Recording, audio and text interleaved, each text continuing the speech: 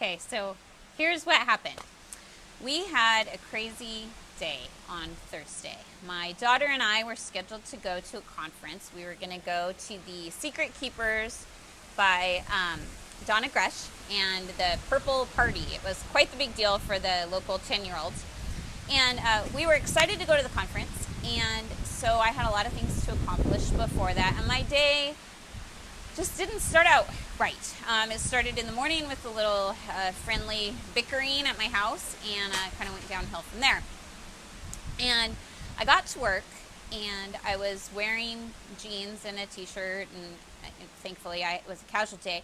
But I had my first cup of coffee, and I promptly dumped it all over my desk, all over the papers, all over my shirt, down my jeans, and I'm covered in coffee and I stink. And I have no time in the day whatsoever to do anything about it. And so I just went on with my day, covered in coffee and smelling like coffee. But it didn't set the tone, right? Not only was I covered in coffee and I smelled like coffee, but I hadn't actually consumed the coffee. So I tried again, got a second cup of coffee, faced the day. And I went on, and by the time I got to the end of the day, I was frazzled. It just wasn't working right. And I was snapping, and I was short, and I was just not in a great mood.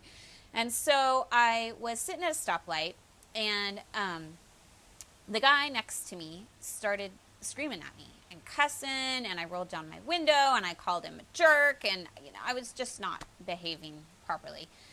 But I got on the freeway, and I'm headed up, and I pulled into Burgerville, and I was going to go through the drive-thru. If you don't live in Vancouver, you're missing out, because Burgerville's the best.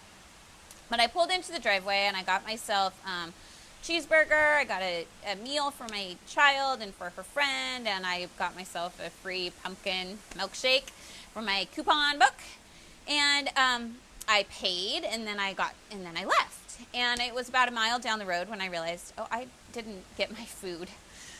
So, I'm already running late, and I was fighting traffic back up, and I was tense, and I pulled into the parking lot, and I ran into Burgerville, and those people, oh my gosh, they were so kind to me. They didn't act like I was an idiot at all. And I explained, hi, I forgot my food. And they treated me with great grace, and they got me ketchup, and they got me my straws, and they got me my milkshake, and they got me back on the road.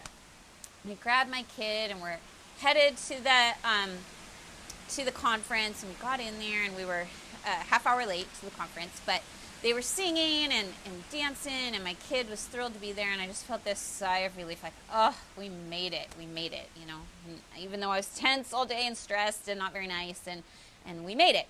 Well, two of the things that were sort of ironic about the lesson was, one is it was all about how our beauty should not be based on external things, but should be based on the fact if we're dressing our hearts with kindness.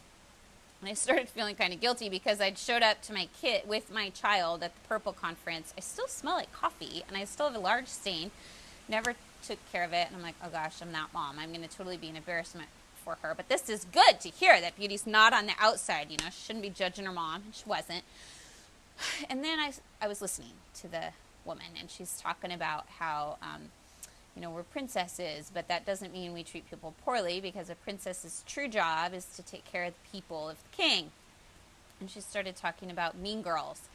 She started talking about speaking into your daughter's life things that are of grace and dignity and respect and patience. And by now my head is hanging because I yelled at a guy in traffic, and I had snapped at my spouse, and I just didn't have a very clean heart. And so the lady, Donna, had us hug our little one and our daughters, and they were supposed to pray, and pray about if they were wearing kindness on their hearts, and if not, they were supposed to ask Jesus to help them wear kindness on their hearts. And by now I'm crying, and the ladies, what Donna said is, now moms, this is a good time for you to pray too, because sometimes moms are the mean girl. And it's like, oh, that's me. I was the mean girl. I yelled at a guy in traffic, and I snapped, and it's my attitude that was bad. But I have to tell you that the people at Burgerville showed me great grace, because they could have, when I pulled in and had forgotten my food, they could have treated me poorly. And I should have treated the traffic guy with great grace instead of responding with rudeness. And it was such a picture to me as I sat surrounded by all these moms and all these daughters that beauty is not about if we have coffee on our shirt or if we're, it's about how we're responding to people. And I, unfortunately, was responding poorly. But that's what grace is about, because I got a reset.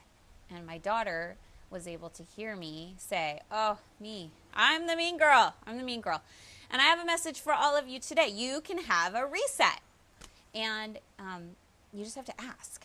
And if you don't need a reset, but someone around you does, just try to remember, be like Burgerville. Extend grace. That's what I got for you. We'll see you next week.